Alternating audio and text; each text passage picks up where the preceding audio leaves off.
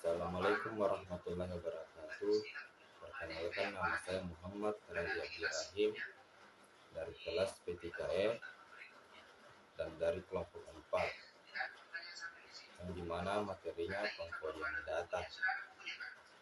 Dan ada pun teman saya yaitu Sri Aulia Alfira, Resti Indriani, dan Arif Desta Pratama.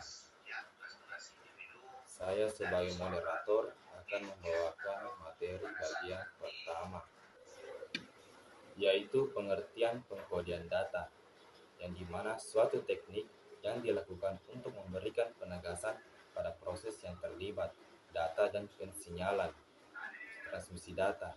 Dalam proses tersebut perlu diperhatikan pula fasilitas-fasilitas komunikasi dan media yang tersedia. Nah, yang selanjutnya adapun tujuan pengkodian data. Kode-kode yang digunakan dalam komunikasi data pada sistem komputer memiliki perbedaan dari generasi ke generasinya, karena semakin besar dan kompleksnya data yang akan dikirim atau digunakan. Adapun tujuan dari pengkodian data adalah yang pertama, menjadi setiap karakter dalam sebuah informasi digital ke dalam bentuk biner agar dapat ditransmisikan. Dan yang kedua, tidak ada komponen isi. Dan yang ketiga, tidak ada urutan bit yang menyebabkan sinyal berada pada level dalam waktu lama. Dan yang keempat, tidak mengurangi laju data. Dan yang kelima, kemampuan deteksi kesalahan.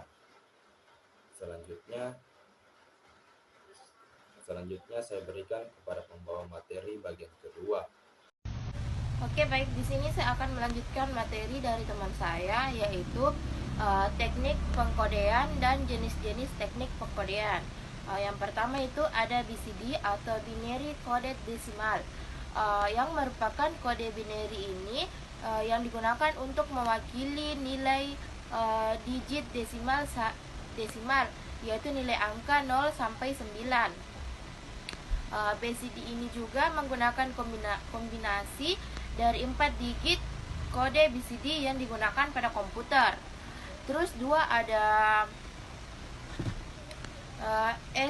SBCDIC atau Standard Binary Code Decimal Integrate, merupakan kode biner yang dikembangkan dari BCD yang menggunakan kombinasi 6 bit sehingga lebih banyak kombinasi yang dihasilkan.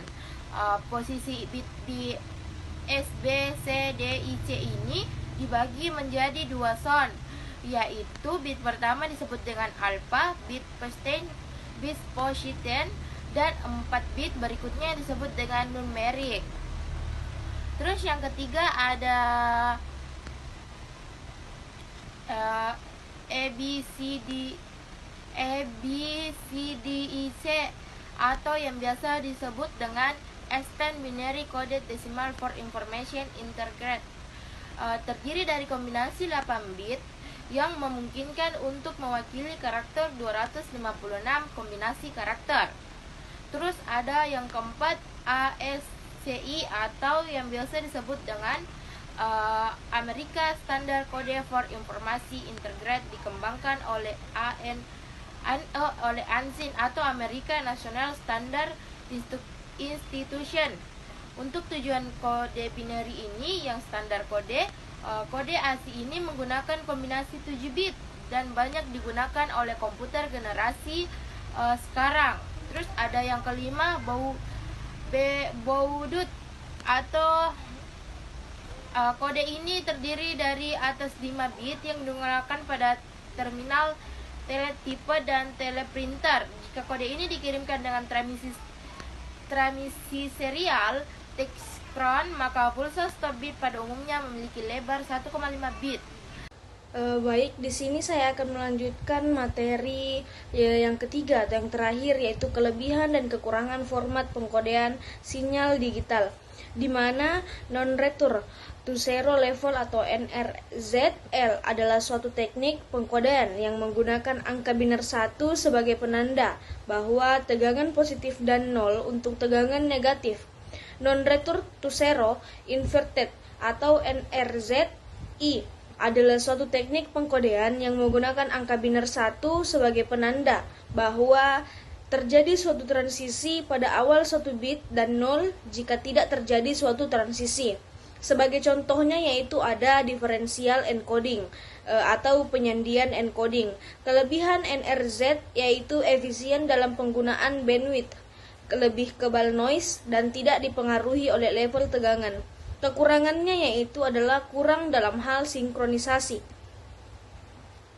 Bipolar AMI adalah suatu kode di mana binary O diwakili dengan adanya line sinyal dan binary 1 diwakili oleh suatu pulsa positif atau negatif 0 menggambarkan tidak adanya line sinyal 1 menggambarkan positif atau negatif sinyal.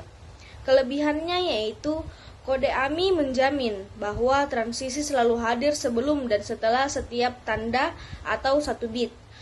Kedua, tidak ada kerugian dalam sinkronisasi jika panjang tali atau 0 masih bermasalah.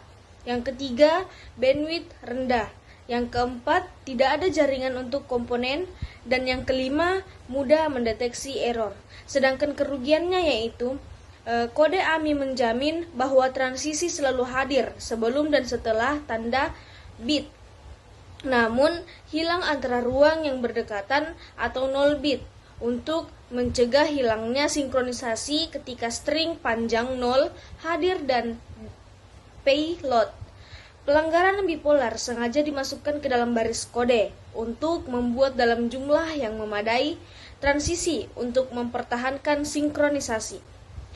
Manchester encoding atau biasa disebut juga phase encoding atau PE adalah suatu teknik pengkodean yang mempunyai karakteristik yaitu ketika bit 0, maka setelah periode bit pertamanya yaitu low dan periode setelahnya adalah high. Sedangkan ketika bit 1, setengah periode pertamanya yaitu high dan periode setelahnya adalah low. Kelebihannya yaitu 1, maka setelah periode bit pertamanya yaitu low dan periode setelahnya adalah high. Sedangkan ketika bit 1, setengah periode pertamanya yaitu high dan periode setelahnya adalah low. Kelebihannya yaitu 1. Sinkronisasi. Penerima dapat melakukan sinkronisasi pada setiap transisi dalam satu durasi bit.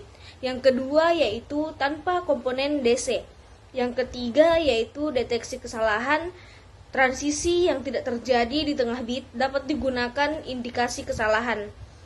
Kekurangannya yaitu bandwidth lebih besar dibandingkan NRZ dan multilevel binary. Kode Manchester digunakan pada standar IAAA 802,3 atau CSMA _CD untuk LAN dengan topologi bus.